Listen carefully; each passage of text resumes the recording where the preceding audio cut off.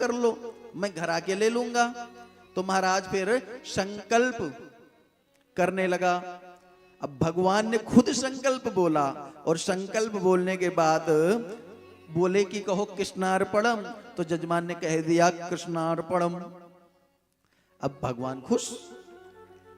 अब ध्यान देना, दानचंद ने क्या किया, संकल्प किया और संकल्प करने के बाद तुरंत स्नान किया। उसने सोचा दुनिया में या जीवन में हमने बहुत सत्कर्म कर लिया, जो कभी नहीं करते हैं ना वो थोड़ा से भी कर लेते तो उनके लिए बहुत लगता है। तो अब वो घर के लिए चला, घर पहुंच गया अपने। वो घर पहुंच गया तो घर पहुंचने के बाद जैसे ही भोजन ग्रहण करके लेटा था तो भगवान तो कौतूहली है, भगवान भी पहुंच गए, गेट खटखटाने लगे। तो जब धर्म पत्नी बाहर आई, बोले कौन हो आप? बोले अरे मैं पंडा हूं, मैं वहां पे घाट पे रहता हूं, तो आपके पति देव संकल्प करके आए थे, सो मैं वो दान लेने आया हूं। अच्छा। पत्नी तो बड़ी प्रसन्न हुई कि जीवन में कोई पहली बार ब्राह्मण दरवाजे पे आया है, आज मैं खुले हाथों से दान दूंगी। वो बड़ा प्यार भी आया उसको अपने पति पर कि जीवन में पहली बार तो कम से कम दान ब्राह्मण आए हमारे दरवाजे।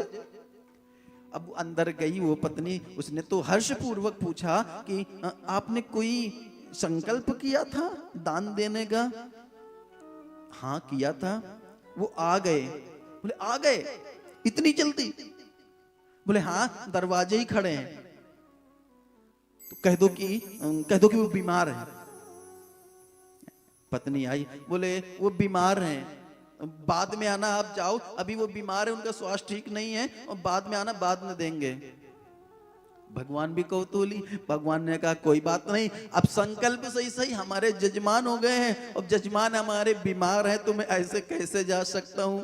अब जब तक जजमान ठीक नहीं होंगे तब तक मैं नहीं जाऊंगा। फिर पत्नी आई पति के पास, बोले वो नहीं जा रहे हैं, वो कह रहे हैं कि जब तक आप ठीक नहीं हो जाओगे तब तक मैं नहीं जाऊंगा। देखना कंजूसी की पराकाष्ठा देखना यहाँ पे, जब तक आप ठीक नहीं हो जाओगे तब तक वो नहीं जाएंगे, ऐसा बोल रहे हैं ब्राह्मण जी। दानचंद ने कहा कि जाओ कह दो कि वो मर गए। दानचंद जी की पत्नी आई, बोले कि वो बीमार थे और अभी अभी वो मर गए, अब जाओ फिर बाद में आना। भगवान ने कहा मर गए, भगवान को तो सब पता ही है। भगवान ने कहा रे फिर आप अकेली नारी हो, आप कहां सबको बुलाती फिरोगी, चलो मैं ही सबको बोल देता हूं। अमित रूप प्रगटे तत्काला, उनके लिए तो अनेक रूप बनाने के लिए एक क्षण भर के लिए पूरे गांव में जाके एक ही बार में कह दिया कि दानचंद जी मर गए। ध्यान देना उसकी प्रकाष्ठा भी देखो कंजूसी की। सब लोग आए और आके देखे भगवान भी आए अंदर। अब देखे तो वो सीधा एकदम लाश की तरफ पड़ा। सब लोगों ने स्नान कराया, सब लोग गांव के आगे, तब भी उसने आंख ही नहीं खोली। और उसके बाद जब स्नान कराने लगे तो सामने थोड़ी सी उसने आंखें खोली और जैसे देखा सामने वही पंडा खड़े तो फिर आंखें बंद कर ली उसने। अब पत्नी बार बार रोवे कि अरे मरे नहीं है, अरे जिंदा है, वो ऐसे बोल रहे थे। लोगों ने कहा ये तो मोह माया है, हर कोई ऐसा बोलता है, वो तो मर गए, जिनको जाना था वो गए। पत्नी बार बार रोवे, बार बार जाकर अरे जिंदा है, उठो। वो उठे ना, क्योंकि सामने भगवान को देख लिया था कि देना पड़ेगा। अब पत्नी बार बार कहे जिंदा है, मरे नहीं है, पर उस कौन मानता? बोले ये तो मोह माया है, ऐसे सभी बोलते हैं, वो तो मर गए, जिनको जाना था गए। वो इतना ढीठ कि तिकती में बंद भी गया, तिकती में बंद भी गया। भगवान भी कौतूहली, देखना बंधने के बाद रोग नाम नाम सत्य भी बोलने लगे। घाट पे पहुंचे जहां वो स्नान करके आया था, घाट को उसको लेके गए और जैसे ही घाट पे स्नान कराया जाता है ना, पैर को गंगा की तरफ किया जाता है कि ये, तो वैसे ही भगवान इतने कौतूहली कि भगवान ही जल उलझ रहे थे उसके ऊपर स्नान के लिए। तो जैसे उसने आके खोला, सामने देखा फिर वही पंडा, फिर आके बंद कर लिया। तो भगवान ने कहा कि हम तुमसे प्रसन्न हो गए हैं, कोई वरदान मांगो। हम तुम्हारी इस क्रिया पर भी प्रसन्न हो गए, ना जाने किस गुण पर कृपा निधि रीझ जाते हैं, हम तुम्हारे इस गुण पे भी रीझ गए, कोई वरदान मांग लो। तो उस व्यक्ति ने कहा कि जो हमने संकल्प किया था वही हमको वापस कर दो, मुझे कुछ दान ना देना पड़े। भगवान ने कहा तथास्तु, संकल्प किया हुआ माफ। व्यक्ति उठ के फिर अपने घर गया। कहने का मतलब ऐसे लोग भी संसार में होते हैं जो संकल्प करने के बाद भी नहीं करते, तो उनका तो भगवान ही मालिक। ये सिर्फ विनोदवश सुनाया था कि एक कंजूसी की पराकाष्ठा भी ऐसी हो सकती है। अब भगवान ने अनेक प्रकार से दान का संकल्प किया और उसके बाद विश्वामित्र जी के साथ, लक्ष्मण के साथ अब आगे जनकपुर की नगर में पहुंचे हैं। गोस्वामी पाद जी कह रहे हैं, पुर रम्यता राम जब देखी, पुर रम्यता राम जब देखी, हर्षे अनुज समेत विशेषी, हर्षे अनुज समेत विशेषी, पापी कूप सहित सरनाना, पापी कूप सहित सरनाना, सलिल सुधा सम बनि सोपाना,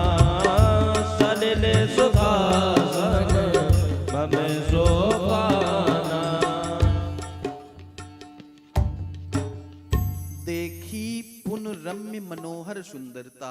जब प्रभु ने अब जनकपुर में सुंदरता देखी प्रभु ने, अब ध्यान देना, जहां पर साक्षात जगत जननी अवतार ली हूं, जहां पर मां सीता खुद जिन्होंने अवतार लिया हो, वहां की सुंदरता का भला कौन वर्णन कर सकता है? और वहां के लोग कैसे होंगे इसका भी महाराज कौन वर्णन कर सकता है? तो गोस्वामी दास जी ने सिर्फ इतना कहा, पुर नर नारी सुभग सुचि संता। वहां के जो जनकपुर के जो नर नारी थे वो सुभग थे, अर्थात सौभाग्यशाली थे। सुभग सुचि बोले तो अंदर और बाहर दोनों से पवित्र थे।